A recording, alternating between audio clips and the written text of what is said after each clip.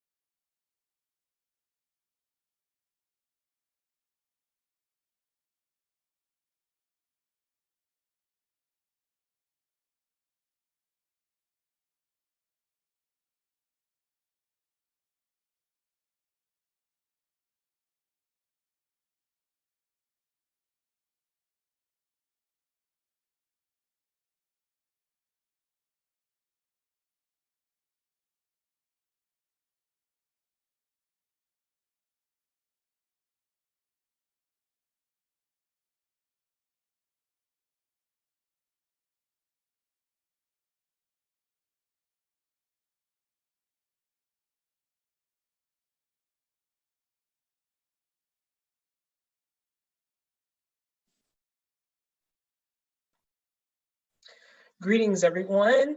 Thank you all for being here and joining us this afternoon.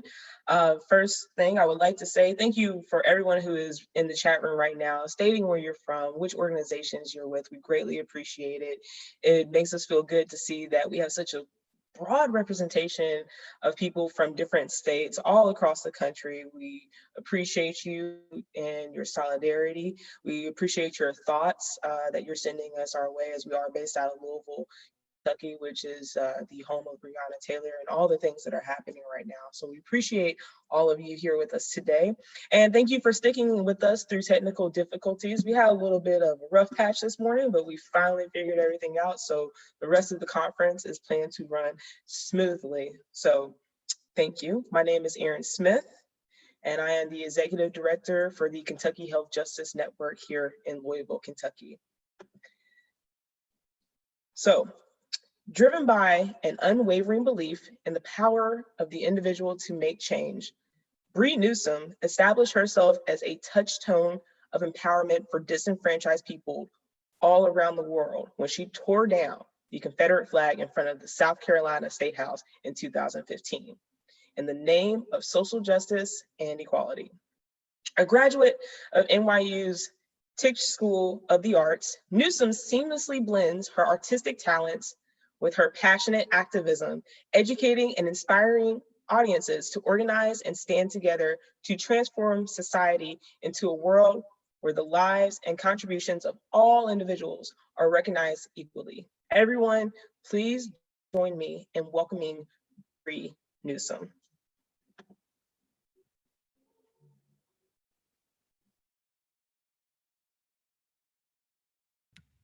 Hi, can you hear me? And now you should be able to see me.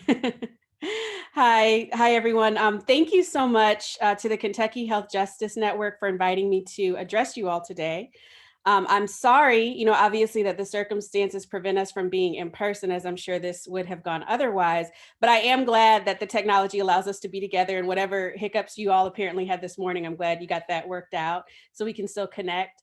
And I just want to say thank you also to everyone for the work that you're doing around reproductive justice. I really appreciate that work that you are doing on behalf of all of us. Really appreciate it. So, it's very common right now to hear people describe the current times as unprecedented, right? We hear that a lot. And in many ways, this is true. There's few, if any of us alive today with living memories of events similar to what we're witnessing right now. We have a once in a century pandemic.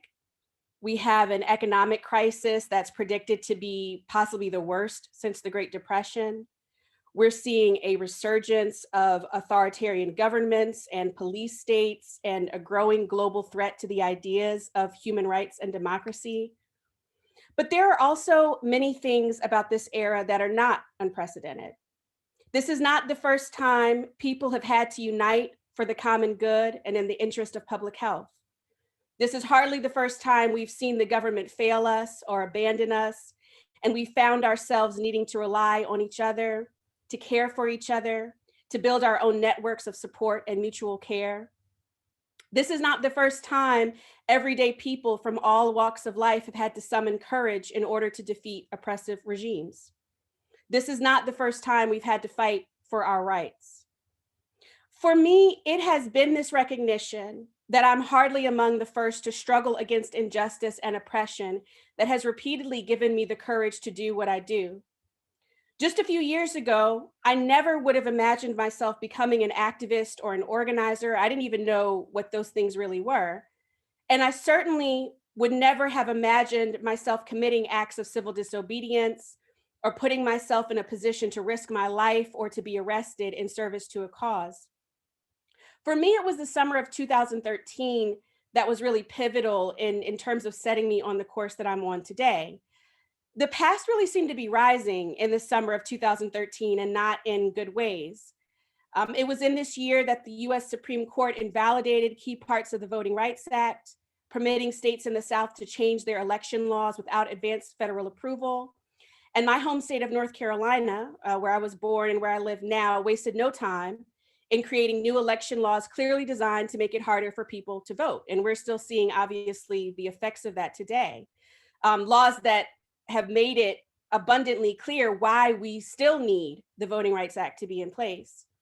And so I was in Raleigh, North Carolina at that time when a friend invited me out to a Moral Monday protest around this issue of voting rights.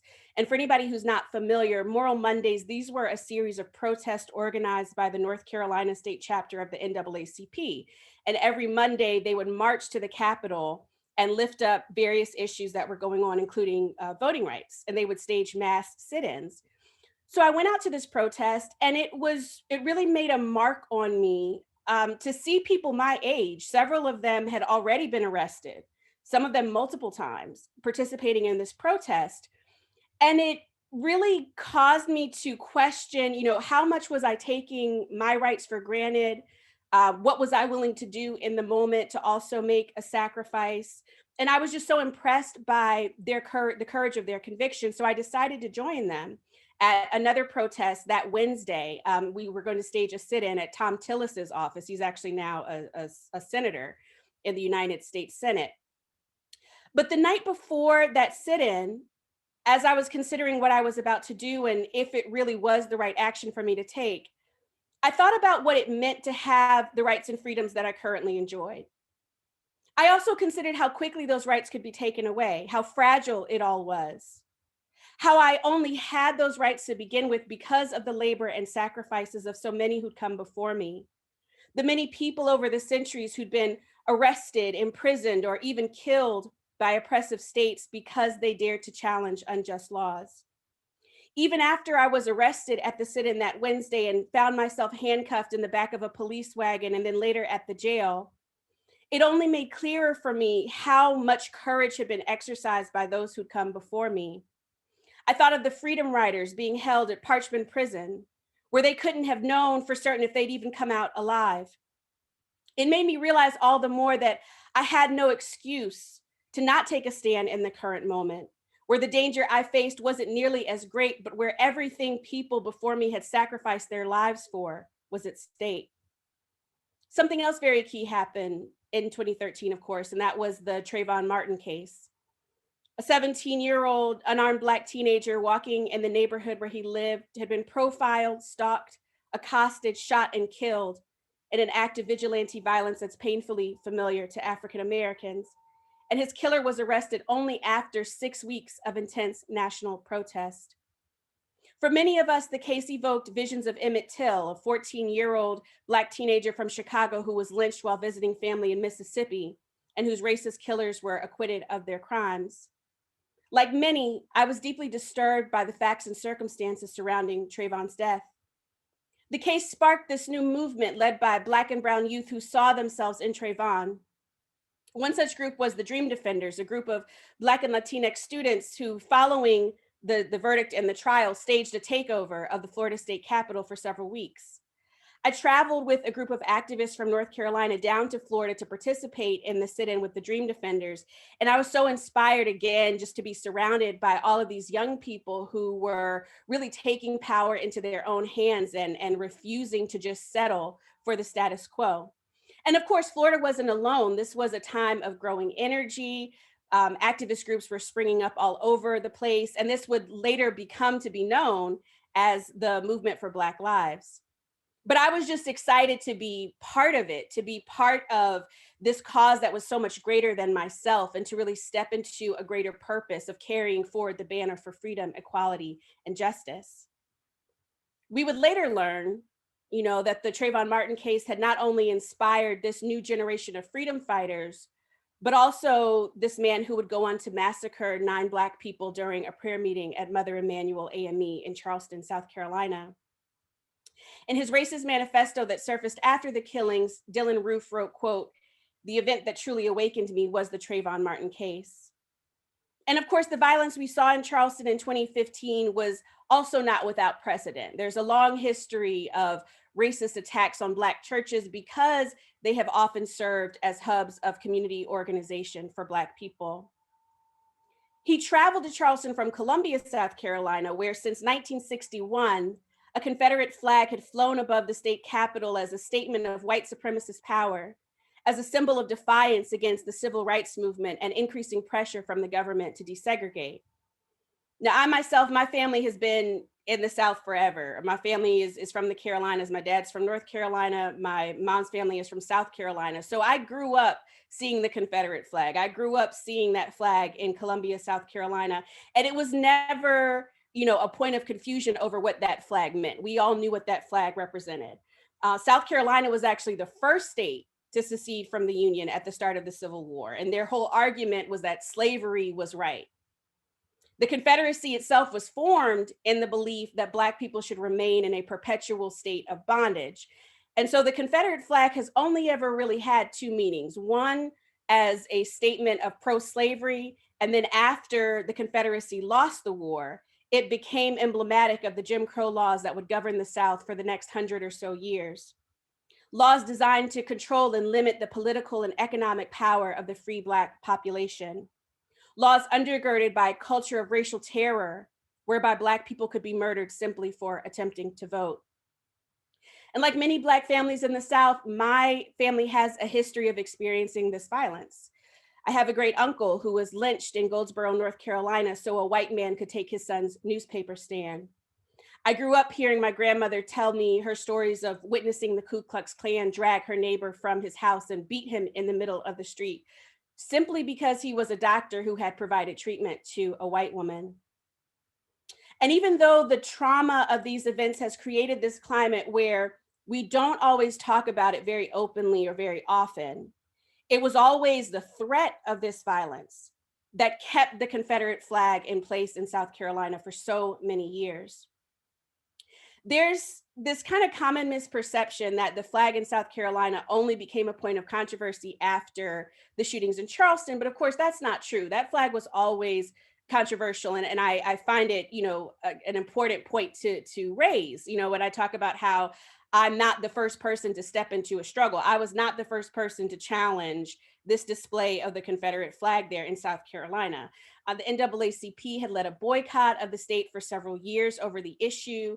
And because of that, the NCAA was one of the businesses to participate in that boycott. They refused to host any championship games in South Carolina, even though you had, Clemson and the ACC very big in that state.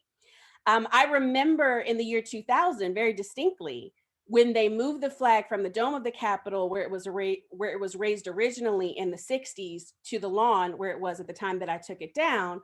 But at that point, they passed a law that said that the flag could not be lowered for any reason unless there was a 2/3 approval in the State House.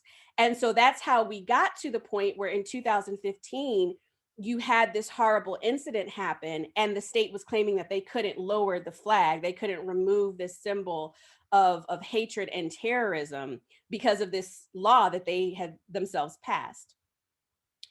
And of course, I will never forget the night of the Charleston massacre. I was up late that night, just happened to be up late and be watching the news when it first broke. And it was this very strange point of time of realizing that, many people were already in bed by that point, and people were going to wake up to this horrible reality in the morning.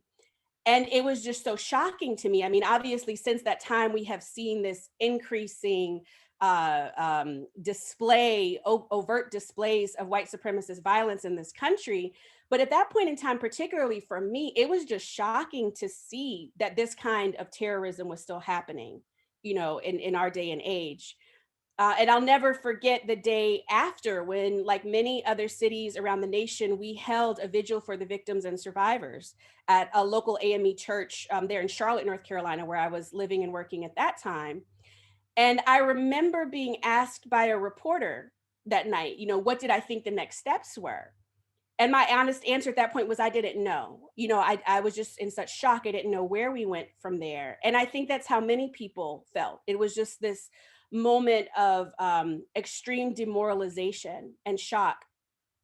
The United States and South Carolina state flags in South Carolina were lowered to half staff, but they left the Confederate flag at the top of the pole. Even as Clementa Pinckney's casket, he was the pastor of Emmanuel AME and also a state senator in South Carolina. They left the Confederate flag at the top of the pole, even as they processed his casket through the streets of South Carolina. Now, by this point, as I said, I was living in Charlotte, North Carolina. I had really kind of focused on being a local community organizer. Prior to that, I was like among the people who was, we would go from city to city protesting these police killings because they were happening everywhere. And then, particularly in the aftermath of the Ferguson uprising, I decided, along with a community of activists I was working with, to really focus in on Charlotte, North Carolina, because we predicted, as came to be true in 2016 with the killing of Keith Lamont Scott, that eventually it was going to hit our city, because like every other place, we have an ongoing history of police brutality and violence. So I was really kind of focused on being a local grassroots community organizer. I really hadn't planned to make a particular habit of getting arrested all the time, and largely out of, concern for my family who, of course, they had some concerns about my safety.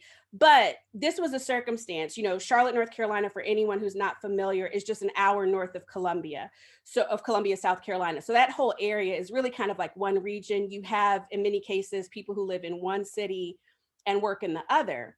So we were not far away from where any of this was going on. And so I just felt like if there was a way that we could make a statement and take that flag down, I was definitely willing to participate in that, to potentially get arrested, again, participating in an action like that. It was really interesting. So it was Saturday, June 27th was when I took the flag down. It was really just the Tuesday evening before that the whole group came together who took this flag down. And part of the reason why I, think it's important to emphasize this is so that people understand I did not just hop up Saturday morning, by myself and go down there by myself. This was a collective effort of people really planning and thinking this through and working together. And half of us, when we came together that Tuesday evening, did not know the other half. This was like our first time meeting each other. We were brought together by a mutual friend and acquaintance, an activist that we had all worked with. Half of us were mostly like Black and Latinx. We had been working together around issues of, anti-racism and police violence primarily. The other half were predominantly white. They had been working together previously with like Occupy Charlotte and environmentalist issues.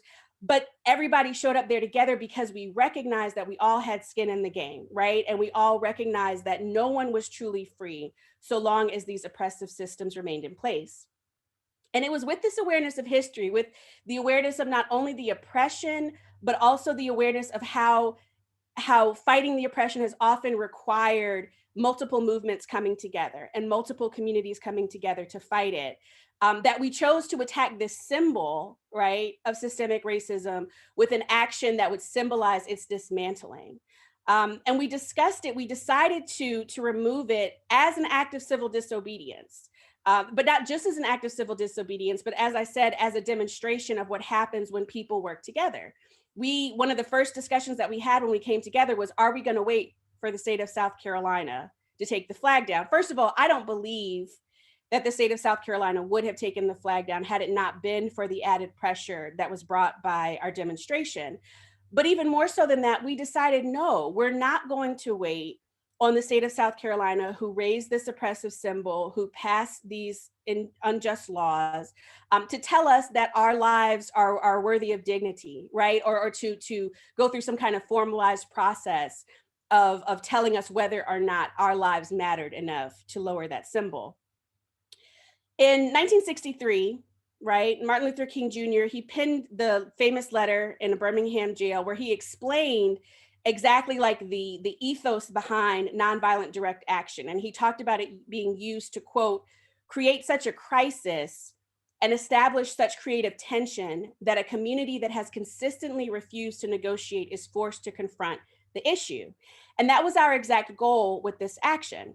So by removing the flag, we would force the state of South Carolina into this crisis of having to make the choice whether to leave the flag down or to raise it back up. Of course, in the immediate aftermath, right, they sent a Black officer out to raise the flag back up, but then the building public pressure, and I think, just demonstrating how ridiculous it was to say you can't lower a flag. Well, clearly you can, right? Clearly, physically, you can lower the flag, eventually put the pressure on them to lower it for good.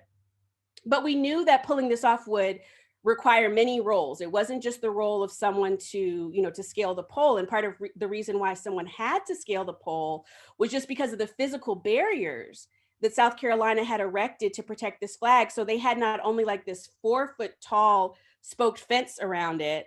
I had to have somebody who could help me over the fence. That was one of the other roles that was going to be necessary.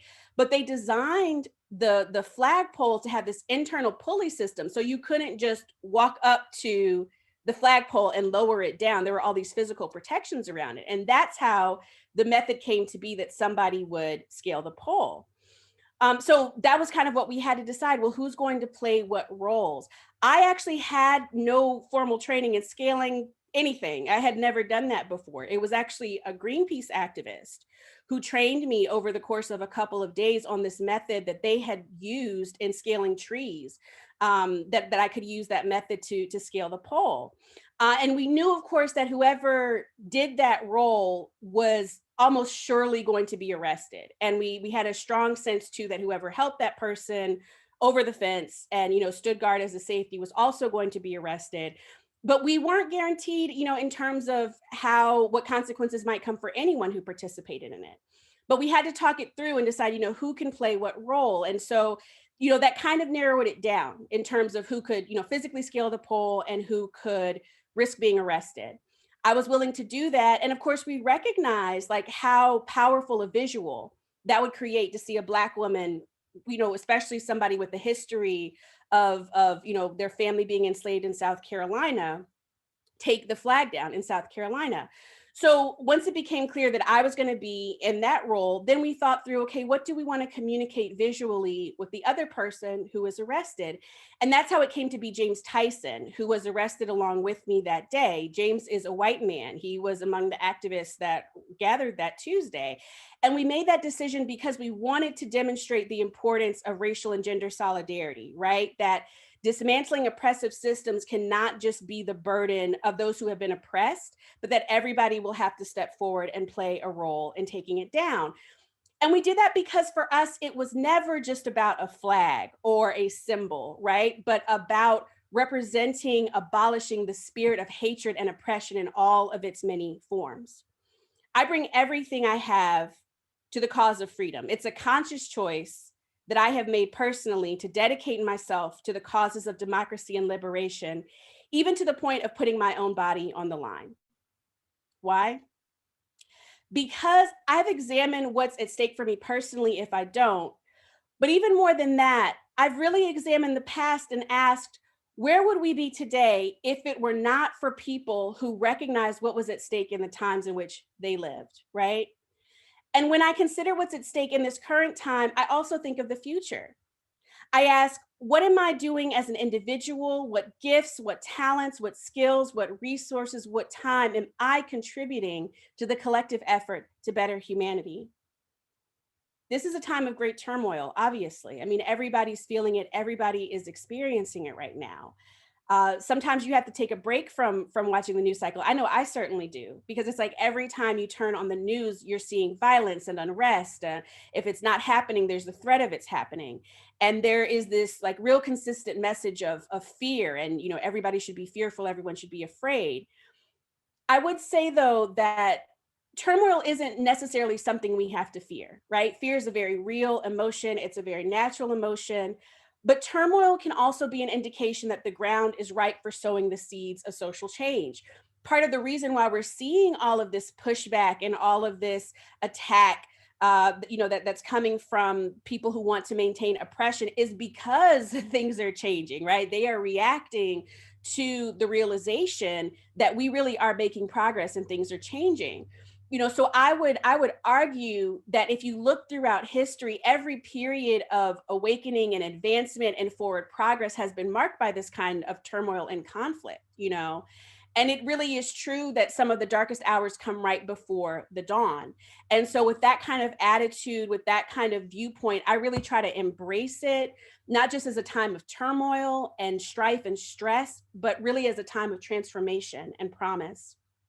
I really consider it a blessing to do the kind of work that I do. It really feeds my soul, and it helps me to not feel so overwhelmed by everything that's going on around me, because I'm able to see, not only what I'm able to do as an individual, but to be around other people who are doing this work at a grassroots level, particularly in my community.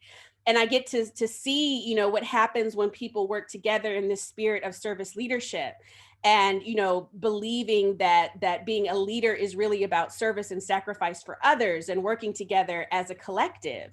I remember particularly like in the, I don't know, it's not too long ago, but some of the early days of like this modern movement, I remember when there was a lot of question around, who's the leader. People kept trying to identify one leader of the movement, some kind of like Martin Luther King Jr. or, Malcolm X figure, kind of like looking for this charismatic leader model.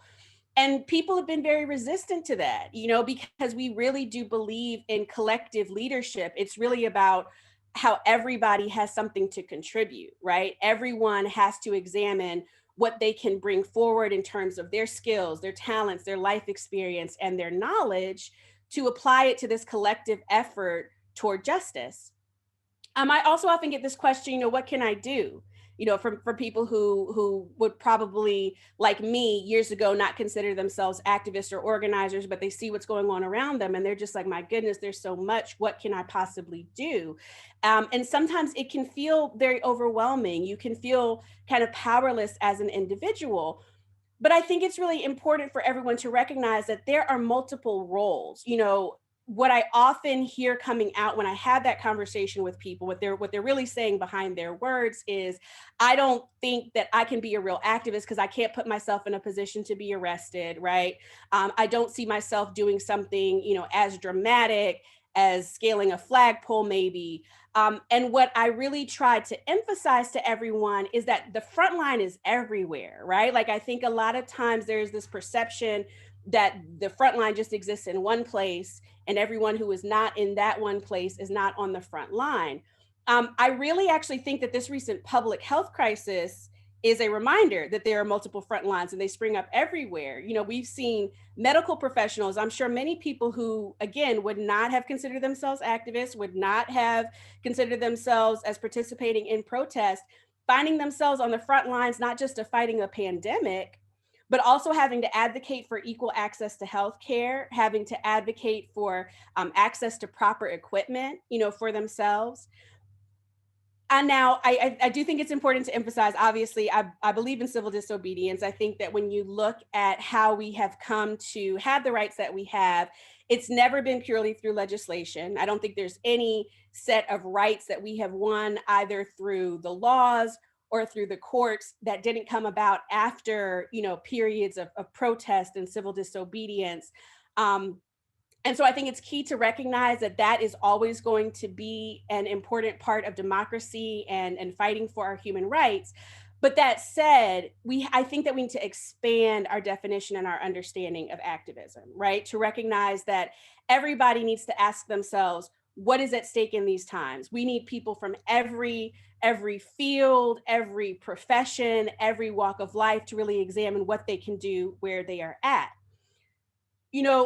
Resistance cannot just be this catchy slogan, right? Or even something that exists only in response to the current administration. The reality is that regardless of the outcome of this current election, we still have a long fight ahead of us. And I say that repeatedly, all the time. I don't want people, this conflict did not begin in 2016 and it does not end in 2020. That's the reality of it. While we fight for progress on reproductive justice, environmental justice, racial justice, trans justice, economic justice, we have to recognize we face an opposition that is organized, right? And that is just as dedicated to setting our efforts back as far as possible. I do think that one positive good to come out of this era is that it's really taught many of us, the danger of taking anything for granted, right? I know I've had the benefit of being born a generation after the liberation movements of the 60s. So it's almost difficult for me personally to imagine what life was like before things like Roe v. Wade and access to birth control and legislation to address gender discrimination. What I can see very clearly, however, is that none of these things can be taken as a given, as a guarantee, or as something that is cemented forever and incapable of being eroded without constant vigilance and advocacy. Not everyone, again, will be in a position to be arrested. That's okay. Just as like when I took the flag down, we had to come together and decide, who would play what roles, right? But everyone must be prepared to resist the current affront to human rights and democracy in this moment in whatever ways they can. And that's something that you have as an individual have to determine what that looks like. Oppression is the result of organized systems of discrimination. And organized systems of discrimination are comprised of individuals making a series of decisions on a daily basis, right? I think it's really important to kind of recognize the mundaneness in many ways, the bureaucratic ways that oppression is carried out. And likewise, a successfully organized social justice movement is made up of many people doing many different things in many different places, all toward the same end goal of achieving justice for all. It's really about examining where you are in time and place and what actions you can personally take to contribute to the collective effort. It's also really important that we not allow purpose to get lost in process. And what I mean by that is that sometimes we can get so caught in the back and forth of how that we forget why, right? We can get very caught up on models and statistics and methods and theories that we can sometimes lose sight of a basic humanity, in my view. I believe that ultimately the root of our social issues is really a question of what does it mean to be human?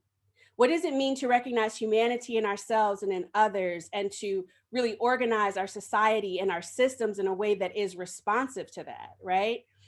I think that for all the awful that is happening right now, it is forcing us in many ways to re-examine what matters most in life. We live in a society that's often very preoccupied with productivity and measuring our self-worth based on how much we can produce in a given hour or a given day. And one of the impacts of living through this period of high stress is that it is reminding us of the importance of rest, right? And allowing ourselves to be human with human limitations, that relying on each other is what makes it all possible and not just the efforts of a single individual. In fact, that's one of the main reasons I don't hesitate when people, ask me about how did the flag come down. Oftentimes people are like, I'm sure you tell this story all the time. And I'm like, I do. But I'm willing to tell it again because I want to make it clear that it was a collective effort, that it was thought out, that it was done in a tradition of following behind many people who had, kind of like set the model for us before we came along. A lot of times the popular memory of social movement and how things change is the highlight reel, right? Like if you ask people about, the civil rights movement, for instance, they're going to tell you about the March on Washington. They're going to tell you about Rosa Parks refusing to give up her seat. And sometimes it creates this idea that change happens just through a series of, monumental moments and individuals, when really change came about because of many, many people doing many things. Most of them don't get their names in history books. Many events don't make the headlines. But if it weren't for that, none of it would be possible. And it's very important that we keep that in mind. And lastly, I'll say this, I have been praised a lot for my courage. Obviously, that is one of the main things that comes to mind when people, say that they admire what I did in South Carolina. I want to point out that courage is not about an absence of fear, but about believing in something greater than that fear and having the determination to fight for it. I am hardly the first person, to say that. I just am personally attesting to it through my own experience, right? Um, Courage really is rooted in a kind of faith. You have to believe that things can be better and that there's value in taking the necessary risk to make that possible. I faced tremendous fear when I volunteered to scale the pole in South Carolina. I didn't know how that was going to turn out. It ended up being, best case scenario. I came out, mostly physically unharmed. I was still able to work and live and do, as I would like to do. But at the time, I didn't know. exactly how that was going to turn out. Worst case scenario was I could die. We talked through all possible scenarios. One of the worst was, a vigilante coming by possibly and opening fire on us, like while this was going on. So I really had to confront, very deep fear as I was preparing to do it. When I got back to my home that night after that Tuesday night meeting where we first gathered and talked it through, I prayed probably more deeply than I ever have in my life. And it was again another one of these times where I really thought about the freedom fighters who came before me and the courage that they had to exercise in the times that they lived in. And it was really leaning on the memory of that and leaning again on recognizing that I am only here because of that gave me the courage to do what I did. I understood the risk involved in what I was doing. I understood that there was reason to fear what might happen, but I also understand that as a human being, the measure of my humanity is linked to my ability to recognize the humanity of others, right? And so I knew that in doing this, it was about becoming part of something that was so much greater than myself. And that is this universal struggle of humanity toward a society that is truly free and that truly recognizes the rights of all individuals. And that is what I identify as the cause that is greater than myself, that I risk my life for, and that I continue to fight for. So as we fight to preserve these freedoms that are under relentless attack right now, as we fight to expand those freedoms, we should keep constant remembrance of those who paved the way for us to be in this position today. They have provided for us a blueprint and an example of how it's done. They've established a precedent that we should always remember, that how it is not how it must always be, that we can dream a new world and then work to make it so, that the mighty and the powerful can be toppled by the disenfranchised and the dispossessed, that oppressive powers cannot and do not remain in place forever, especially when confronted by a determined collective of people working together in the interest of justice. Thank you all so much for inviting me to address you today.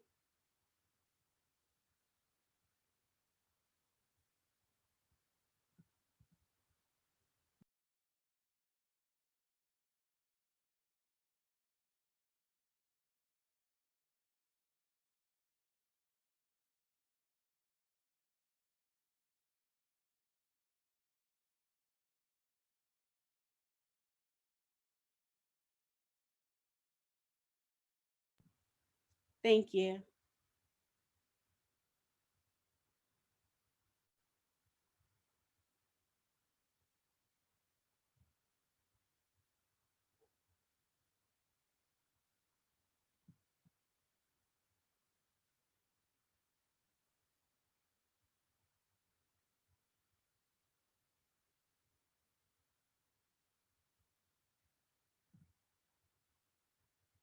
Erin, we're not able to hear you.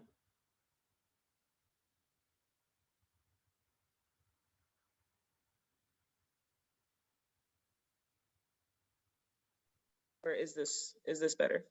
Okay. All right. Can you cut me off? Thank you. Sorry about that. So the first Savannah, close yours. the first question we would like to address is, with so much activism currently going on in our society, and with a lot of violence that we've seen, a lot of protests, a lot of demonstrations of people who are also willing and able to put themselves on the line in a similar way that you did. How do activists and protesters, how should they be taking care of themselves mentally and physically? Because I know that we have been seeing so many videotapes of just physical bombardment of tear gas and pepper bullets, and it's taking a mental toll on a lot of people, and how should we be taking care of ourselves in times like these that we are facing?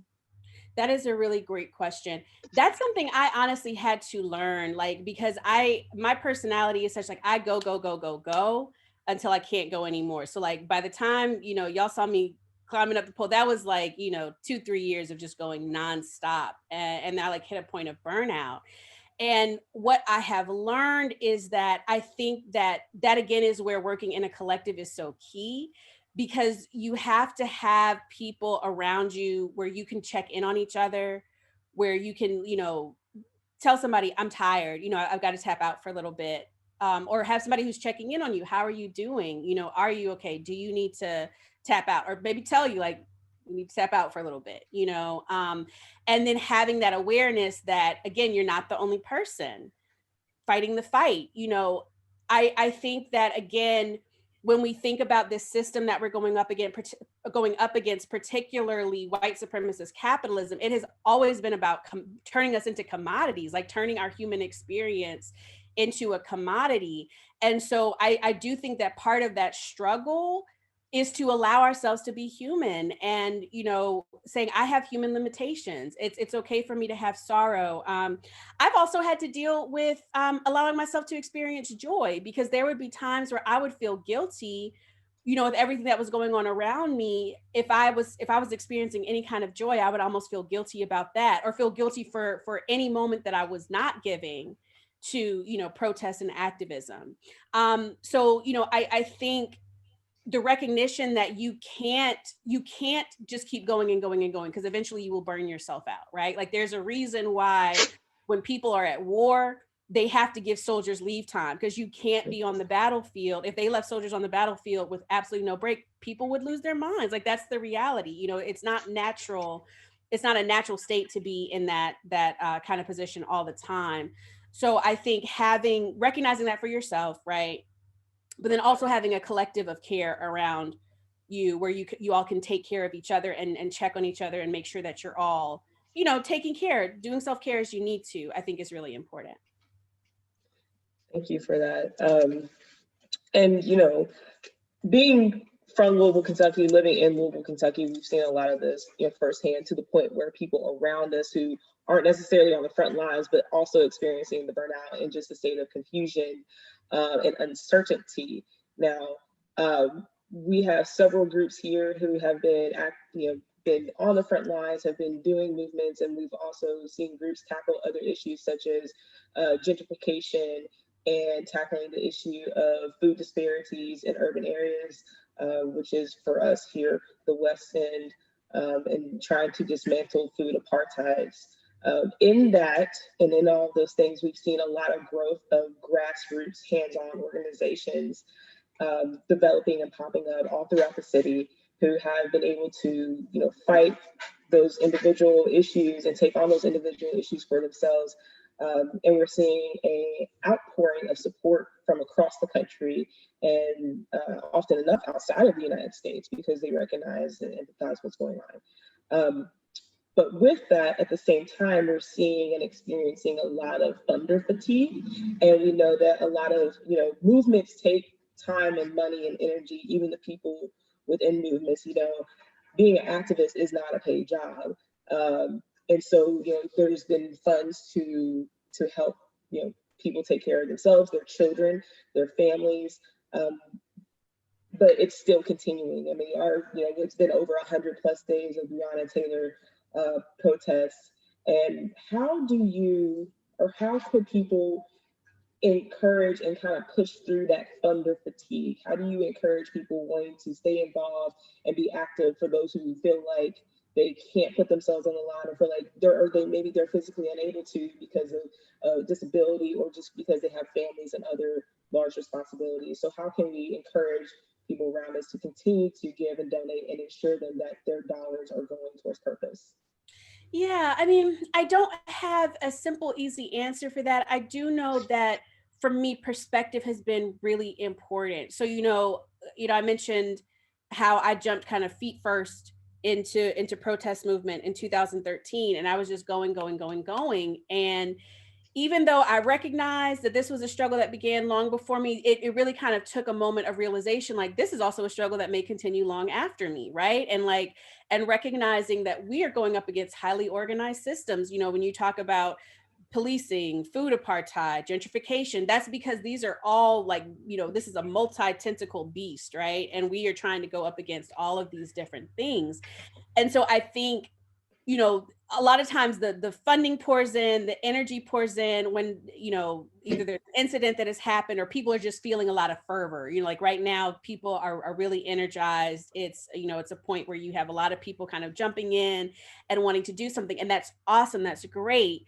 It's also really important that everybody really understands that this is a long haul fight, right? This is not something that is the system that we're going up against was not constructed in 5 years. We're going up against a 400, or depending on how you look at it, right? At least a 400-year-old system of oppression that we are going up against. And so we really have to think in terms of setting in for the long haul and building organization. It's going to take time. Yes, I can understand all these forms of fatigue. You may be able to give more at one point than you can at another, whether that's financially, whether that is, through labor and time. That's okay. I just recently had a conversation with an organizer who's been at it a lot longer than I have. And she was just talking about how she has had to recognize her evolving role. Like when this round of protests came up in the streets and people were calling her up and saying, are you out there? Are you out there? And she was like, no, like I'm not, like, I don't have the capacity at this point in my life to be out there, but these are all the other ways that I'm going to support it. Right. So I think like recognizing again, that there are all these ways that you can contribute and all those ways are valuable and it's okay for those ways to evolve, according to what you're able to give is okay. And I think, again, that goes hand in hand with like really having a practical, right, recognition of what we are going up against and just how long it's going to take. Even if we defeat everybody who, like, first we got to, tear down the system that exists, right? Even the process of building the new thing will take a long time. I'm currently involved in, the housing and gentrification issue. And I'm already recognizing not only did this begin long before me, but even in the effort that I'm taking on right now, it might be a 20-year at least fight, in terms of what we're trying to build. But if I recognize that, then I can kind of, pace myself accordingly. Thank you for that. I'm checking our chat and there's some questions involving how can people create space within a movement outside of being involved in direct actions? Yeah, no, that's a great question. So, in my view, one of the key things that a lot of times people don't understand about organizing is that the majority of it is actually not protest. like you know what I mean? You're yes, like, I think yes, everybody exactly. who knows that is true. Like a lot of it is like it's meeting. It's organizing, it's building, it's talking with people, it's doing, analysis around the systems that we're going up against, and then trying to figure out how do we not only sometimes like challenge through the systems that exist, but then trying to build our own structures, right? So like, for instance, with this housing situation, we're trying to figure out how do we organize people to show up for the housing meetings that the city's having, but then we've also got to organize ourselves. Like, what does it look like for our neighborhoods to be organized? What does it look like for us to come together, and have our own body of organization?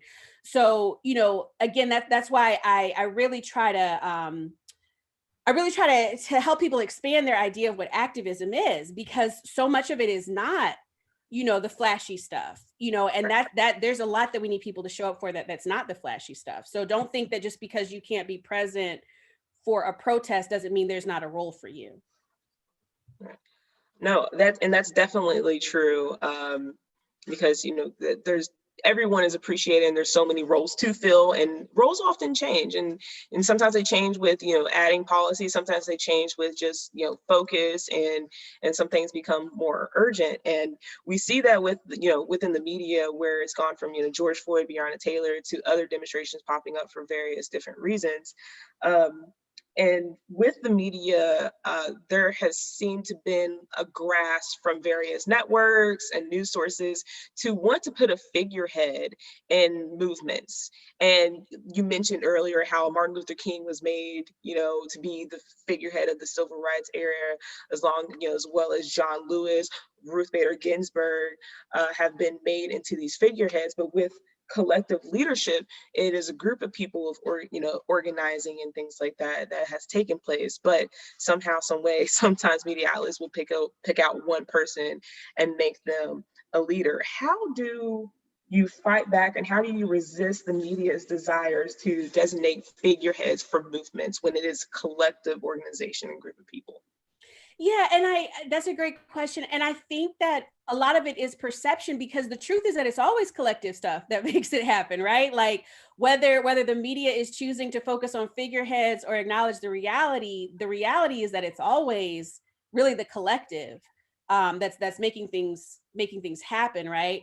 I feel like in recent years, folks have done a pretty good job of resisting that. I do think that some of that also has to do with some of the changes that we've had just in terms of media and technology, right? So, whereas before, there was just a handful of people that decided what went on the radio or, television or the newspaper. Now we have social media. Now people are a little bit more empowered to challenge the dominant narrative, that's put forward, and to really kind of assert our own narratives.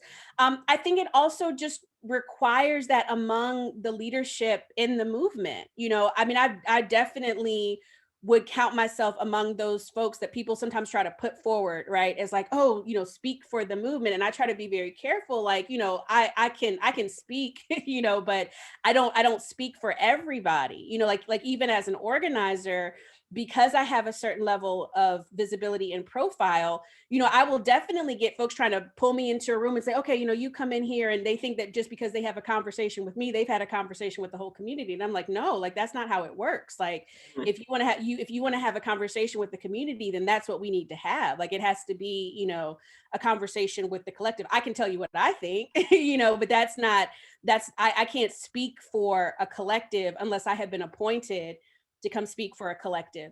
So I think some of it kind of just requires us changing the culture in that way ourselves, right? And I do really think that there's been this shift since the 60s, just because of what happened in the 60s. Like, we had so many incidents of our leaders either being killed or jailed, and it just like really like, creating so much damage to the movement, that I think in general people are kind of shifting away from that, and like really recognizing, like, we can't even afford, like, ego and all that kind of stuff aside, organizationally, we really can't afford to build in a way that builds around one person. Like, we have to make it so that if one person falls for whatever reason, including just needing to step aside, right, and shift roles, that we're still able to keep going. Thank you for that. So we have a question in our chat. And the question is, what advice do you have for young people who are helping lead the movement and also trying to find themselves and grapple with the reality of racism in the world that goes past MLK, Rosa Parks, that are highlighted in education? Can you ask me that one more time? I want to make sure I'm understanding correctly. So it's I'm trying to break it down too. So what advice do you have for young people who are leading the movement that are grappling with racism outside of what they're traditionally being taught in school? Because in school we're being taught, about MLK, we learn about Rosa Parks, Jackie Robinson, people were mean, and that's pretty much it. But when you're in it and you're in a movement, it hits you all different types of ways at one time. And having to cope with not just seeing like racism on a screen or in a book, but having it in your face. And then with social media being as big as it is, texting and other technology, it's coming to individuals in multiple ways at the same time. So what advice do you have for those young people who are coping with this level of hate and this level of racism and racist attacks in these movements that are happening right now? Yeah, definitely. That's a great question. For me, it has been very helpful to study the past. I know that has really helped me because, again, when I think back to when I first got involved, there was so much that I really did not know about everything that had happened up until that point, right? Just in terms of like the history, right? Yes. And so like really, like, I remember, for instance, getting around like seasoned organizers, people who had been at this for like years and years, and they're telling me like, the history of the labor movement and, the history of like the gay rights movement and just history I had never been exposed to in school, right?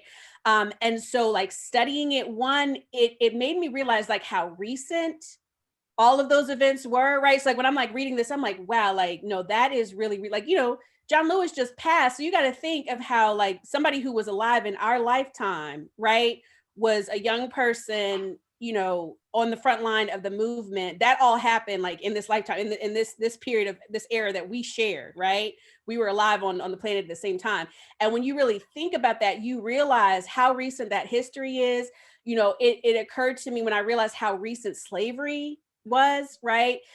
When I really realized that, we've only had voting rights in the South really for about 50 years or less. Like the Voting Rights Act didn't even survive to 50 years intact. And then when I really understood that, then I was like, oh no, like I really am kind of understanding like where I am in time and place, because I can't speak for every young person, and I'm fascinated to have conversations with, because I'm 35 now, so I'm starting to consider myself kind of like in another time period or generation than some of the younger people who are out there today. So I'm like fascinated to have conversations with them and see like, how they have come into, their understanding through their experience. For me, I grew up in the 90s. I grew up in this period where, we were starting to see a lot of Black representation. And, I remember Rodney King very vividly. I remember the LA riots very vividly. But I also kind of came up in this era where a lot of the narrative that we were getting was like, oh, those are the struggles of the past. People fought that. Now you got the right to vote. Now this is all you have to do. And so for my generation, it was a lot about realizing like, no, that's not true. Like we can't just vote and then think everything's going to be okay. And that's all we have to do. And so I think not only like studying that past, so you really have perspective of it. And when I say study that past, I definitely mean go beyond what is in the textbook, go beyond what is like the popular dominant narrative. I would really encourage you to connect with elders, connect with people who have been in it for a long time, who can give you that firsthand history. Because there's a lot of stuff with the movement that they don't, it doesn't make the documentary. It's not, Right. it was not all perfect, right? And there's very little that we are experiencing today that is new. There's like the conflicts that come up, none of that is new. A lot of this is stuff that people have gone through in the past. But then also recognize you are living history. There's going to be some stuff that is brand new, and it's okay for you to start forming some of that analysis around it, because it's a new era, it's a new day, and you are living it and making it, as you go. Thank you. Yes, no, I 100% understand, and seeing that here, in Louisville and across the country in Portland, that that is happening, and to encourage people to look at their past. And I think it's one of those things that can easily be looked over, because we are taught, unfortunately, that once you go through your standard education, that's all you basically need, but we're not considering how much is taken out of education within our school systems. Having to look outside of school to learn about the theft of land from indigenous peoples, and just the labor movement, and then just all these other things that have happened, Japanese internment camps that we just don't even discuss, right?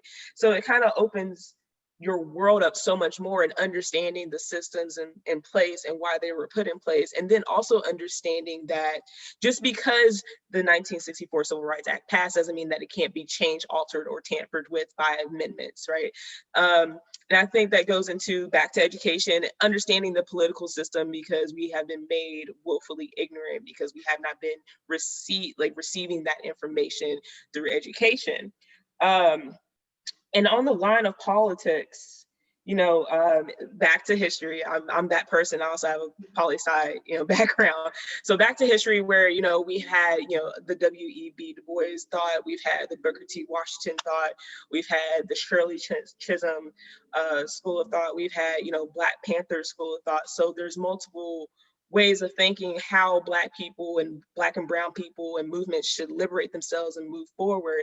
And sometimes there is a conflict without with this like huge disagreement, and you can sometimes see it, and I'm seeing it now within the movements that are taking place, where some people feel like we should not have any association to a political system that has forever disenfranchised us, where there's also a group of people like we have, like, yes, this is the system we're in, but we have to learn this system and use the system against itself, right? And those are two schools of thought that I've heard, and there's probably 3 or 4 that I can talk about forever, but we don't have the time.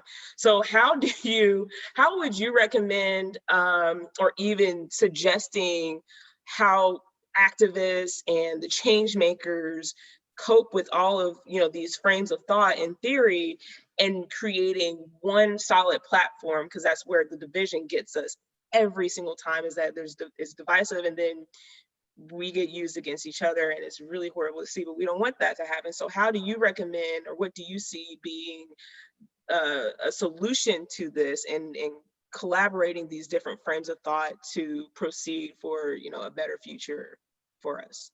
Yeah, I actually think we should embrace those tensions. So, like, I think that the Black intellectual tradition is beautiful and it has never been a monolith. This is, when I really think about like the evolution of Black consciousness and what does that even mean, right? Like, if we were to get in a time machine and go back, 2,000, 3,000 years, nobody would know anything that we were talking about, because that was not a construct. Race was not a construct. White supremacy. What does it mean to be Black? What does it mean to have a Black political agenda? That was not a thing. Even if we were to go back, 300 years, the conversation that enslaved people would be having then is not the same as what we're having right now. We're living on the other side right now in 2020. We're living on the other side of the Black Power revolution, right? So even when we're talking about like the movements of the 60s, you had multiple movements and schools of thoughts going on, just like you were mentioning, like you were breaking down. This is an evolution of a politic, an intellectual tradition, an ongoing, debate, right? And I think that's okay. It doesn't mean, first of all, I don't know that you're ever going to find uniformity. I don't even know if that should necessarily be the goal. I don't know that we have to have uniformity in order to achieve liberation. I do think that we have to be unified in terms of understanding the Black condition, in terms of understanding this system that we are fighting, the system of white supremacy, and really understanding what it means to be Black. Like, I do thoroughly believe in racial consciousness, right? And like really understanding, like, you are oppressed because you are of African descent, like understanding the relationship between Africa and the global capitalist system, right? And the diaspora, and how all of those things intertwine and interconnect. I do believe in having uniformity around that. I think that it's very hard to build any kind of politic with anybody who does not grasp that. But that said, in terms of like, some of the debates that you were touching on, do we completely remove ourselves from the political system? Do we try to change things through the political system? Do we do some mix of both? I think that is part of the ongoing discussion and debate. And I don't think anybody has a solid answer for that. Like, I don't think that, because we haven't solved this. This is an ongoing struggle. In America, we've only been emancipated for about 150, 160 years. And that's just on paper, right? That's not even, that's an ongoing debate in and of itself. Has slavery even ended, and to what extent, right? So, what is the post-white supremacist world? That's a world that's a theory. And I think that's important for us to recognize too. Like, a lot of this is about us theorizing something and then trying to figure out, like, how do we create the practice that makes that real? There's no going back. Like, we can't undo the experience of colonization. So this new world that we're trying to create, that is like this post-white supremacist, post-capitalist, post-colonialist world, and then not only are we trying to figure that out as Black people in America, as Black people in the diaspora, as Black people globally, we're also in this conversation with other oppressed people in the world, indigenous populations in America, how this white supremacist system is impacting populations in Asia, and how that's connected to our oppression here, right? So I personally think that there is value in kind of embracing that tension, you know, I would love to see us get back to like having open debates between Black intellectuals that disagree with each other. You know, let them talk it out. That's okay. Like, I don't think anybody can claim to have, there's nobody that can step forward right now and say, I have written down on paper exactly what y'all do. Y'all follow steps 1 through 10, and then we're all going to be free. Nobody can do that. You know what I mean? That's just not real. And I think that it is through having these conversations and through these constant struggles that we get to where we're trying to get. And I think we have to kind of embrace this process and those tensions and, you know, in the process. No, I totally agree. And speaking of, other movements and other oppressions that exist, it's not just, Black Lives Matter, it's Indigenous people, it's fighting against ICE. It is the reproductive justice movement, in fact, and fighting for individuals having access and opinions and making decisions on their own bodies. How important is solidarity within individual movements to stand with other movements outside of like a person's focus or a group's focus? How important is solidarity to really creating, overall creating change that we want to see? I think it's essential. I just say that practically speaking, not even from like, you know, my personal belief in, you know, equality for all, you know, I just think like realistically, we are talking about a global system, right? So like again, if we just talk from the perspective of Black liberation just in the United States, right? We have to recognize every time that we are out here clashing with our local police force, we're not just going up against a local police force, we are going up against an empire. Like when we encounter the local city police, that's just the first round of defense that the global capitalist system sends out against us. If they get overwhelmed, then who do they send? The National Guard, right? If the National Guard gets up, then who, you know, they keep sending more and more and more. And so I just think realistically, there's not a way that we dismantle that without having both an analysis around what it means to live within white supremacist empire, and the need to build with everybody else who is fighting that fight in some other iteration.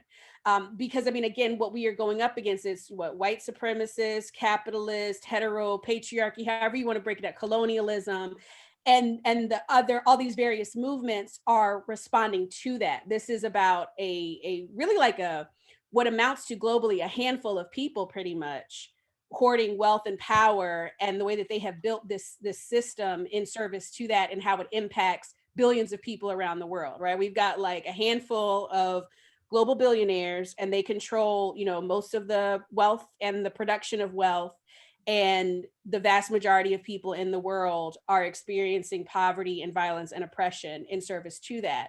And it's a highly organized system, right, that has been built up over the centuries. And so I, you know, realistically, there's no way that I, as an individual or with my collective in the local community, you know, where I live, can tackle all of, when we are being displaced from our homes. Again, it's not just the development company that we're going up against. It is an entire system that is organized, that is, you know, creating these dynamics. And so that's why it's important. It's not just important. Again, I think that it's the only way, really, practically, that we can change those dynamics, is that we have to be able to build solidarity with other movements and have an analysis around how we're all impacted. And along, staying with solidarity, there's a question in the chat. It's like, what steps can we take to actualize solidarity when there are divides such as homophobia, transphobia, anti-abortion views that honestly exist within movements, which is something that, seen here quite frequently, where there are movements going on, but then you still have people within those movements who are openly transphobic, openly homophobic, openly against abortion, and honestly, like openly, have problems with consent and and sexual predatorial things. How can we actualize solidarity with with those divides existing without fracturing movements? I mean, I think that describes a great part of the work. You know, that is a huge part of what the work looks like, right? Because part of why I can't just walk up here and say, okay, everybody stand up, let's go. You know, even though we acknowledge that it's a handful of folks, right, who pretty much control the wealth and the power. It's a minority of folks. And then you have this vast majority of people who are oppressed, who are experiencing the brunt of it. The reason we don't just walk out and say, okay, everybody, we all recognize we're oppressed. Let's go and let's knock this out in 3 days is because all of these oppressed people have also internalized these oppressions, are also, you know, participating in these systems of oppression against each other. And it's not something that changes, you know, overnight and very, very easily. And we can't realistically build solidarity unless we do the work of addressing that, and not just among each other, but within ourselves, right? Like we have to be able to examine within ourselves. Well, how am I harboring this? How am I participating in transphobia? How am I participating in homophobia? How am I participating in anti-Indigenous racism, anti-Black racism? How am I being ableist, right? Because we have all been indoctrinated into this system. It's what we were brought up in, you know, kind of going back to the point you were making about education. One of the most like eye-opening moments for me, it was actually reading Pedagogy of the Oppressed, but just like really recognizing like this idea that there's no such thing as apolitical education. Like we are brought up to, you know, to view the world in a certain way, in a way that is in service to colonialism, right? Into white colonialism, into this system. Even the point that you were making around like centering specific leaders. I mean, that's kind of tied again into this culture of, you know, celebrity and capitalism and, you know, individualism. And so that question goes to the heart of much of, I can't give you an exact percentage, but it's a significant percentage of the work. Because if it weren't for that, like if we were all just like on the same page, if we didn't internalize oppression as individuals, and this would be over like that. So I think we have to recognize like the extent to which it's not just, you know, the elite oppressing us. It's also a lot about how we are participating in the oppression ourselves, you know, and that comes up a lot in the movement space. And I think it's just something that we have to, again, we're theorizing, right? A world that has yet to exist. In many cases, we are people who have been brought together into interaction with each other because of this colonialist system, right?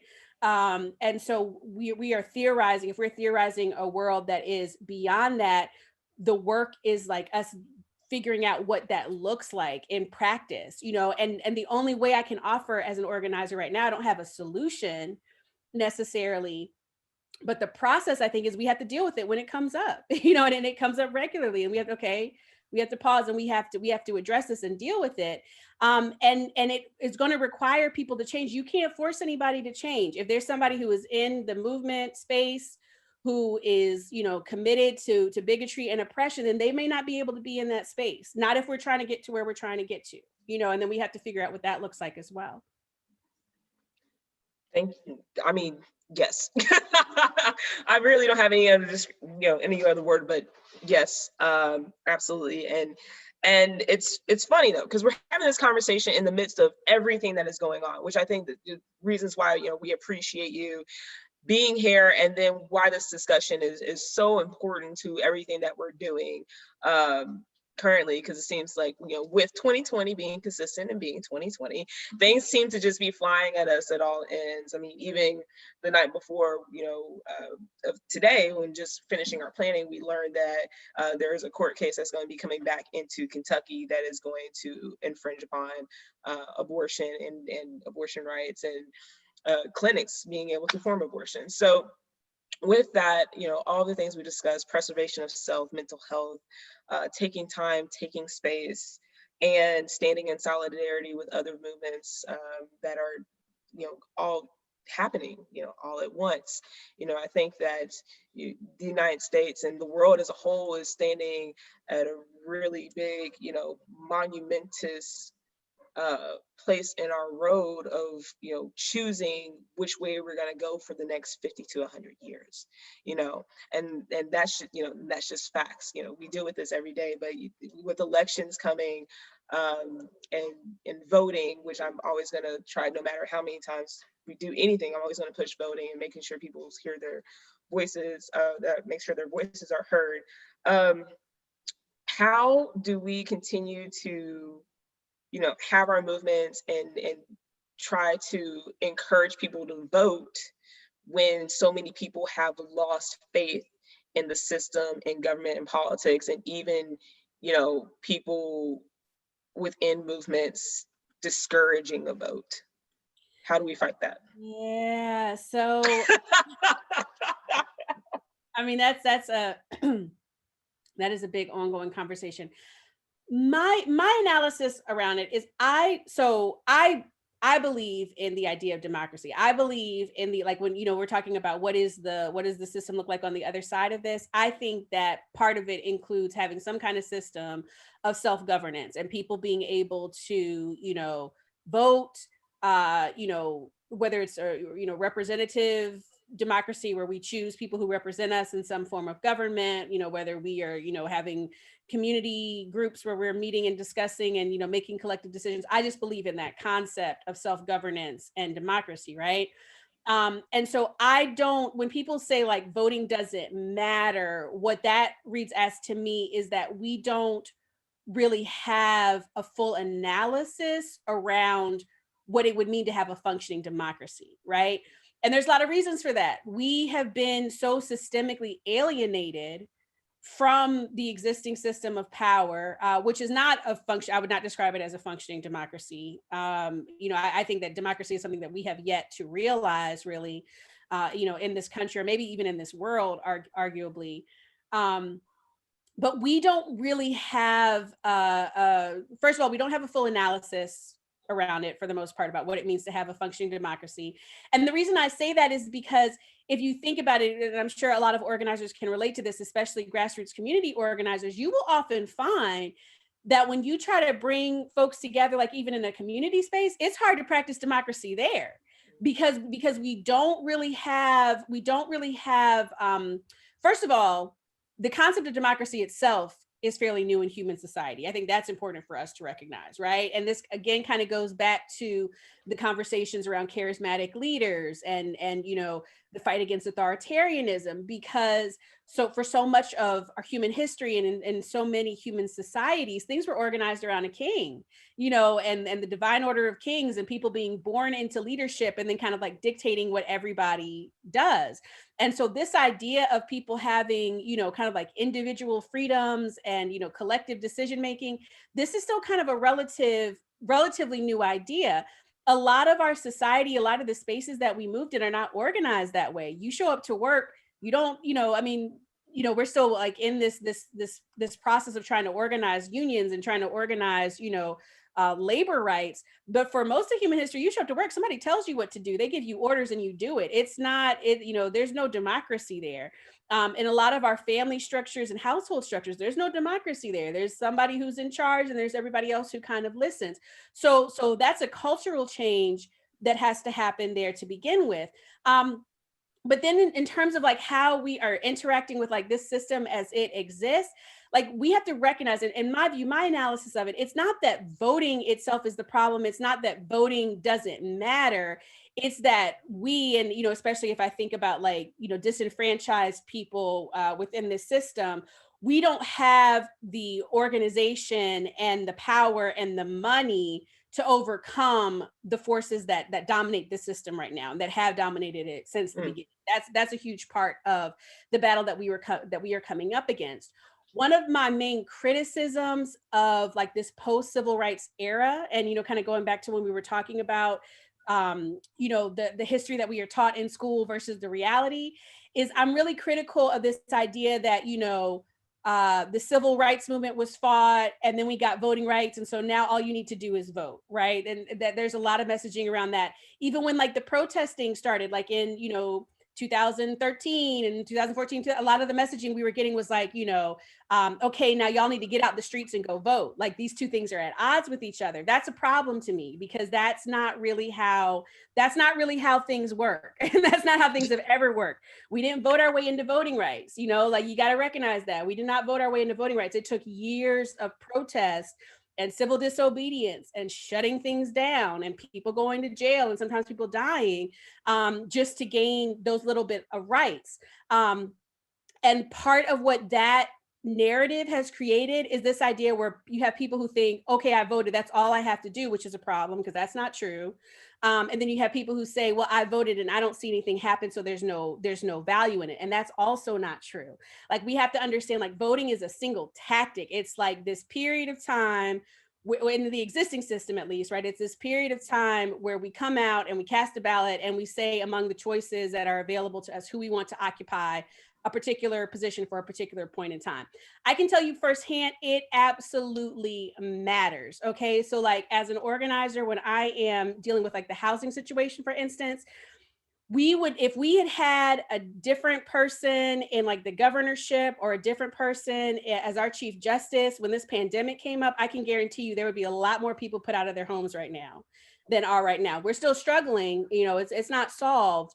But if we had had other folks in those positions who were like not sympathetic at all, it would be a lot worse.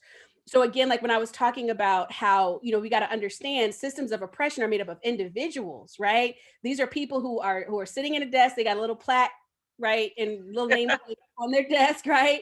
And they're making decisions on a daily basis that impact our lives. And the other thing the last thing I'll say on it, because I could talk about this forever, but it's really important to understand, like, we don't opt out of the system. And that's why, I said, like, I embrace the tensions. Like, I think we have to have these conversations about it because I do agree with the folks who say that we can't just participate in the system. I definitely agree with that analysis. Like, I don't think it's about us integrating into white supremacist capitalism because I don't think that can happen, right? I don't think we just integrate into the system as it exists.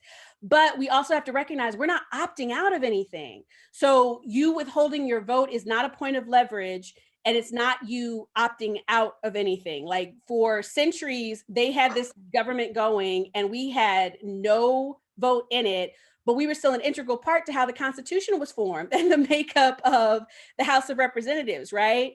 You were still going to get taxed. You were still going to feel the impacts of whatever policy is passed. So you're not voting is not you opting out of governance, right? So I definitely come down on the side of like, we have to have an analysis around how are we interacting with things? How are we having electoral strategy in addition to all the million other things that have to be, done as well? That's just my view on it. And there you have it, vote. It is important. It is a huge staple, despite all the things that, we have to get through. And I think you hit on a really good point because some people feel like, oh, I voted, where's my results? It takes more than just, the vote. It's the work after the vote. And I think a lot of us have forgotten that, our ancestors, my relatives, they couldn't just vote and it's like, okay, where's my stuff?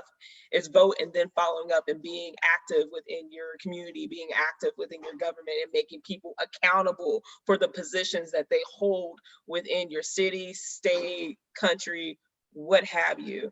So thank you so very much.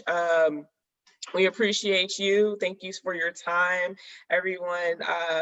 Thank you for joining us, and Ms. Newsom, it has been an honor and a pleasure. Thank you so much for being a part of our Take Root Conference of 2020, and looking forward to seeing more of you and your activism, and just hearing more of your thoughts, and looking forward to just having more of these conversations and dialogue. So everyone, I hope you're able to take everything that you've heard here today and share it with people who aren't able to be a part of this, because it goes into everything that we do, no matter where we're from. And we're clearly from several different places with this conference. So thank you all so much. Thank you, Bree. We appreciate you, and have a wonderful, wonderful rest of your day.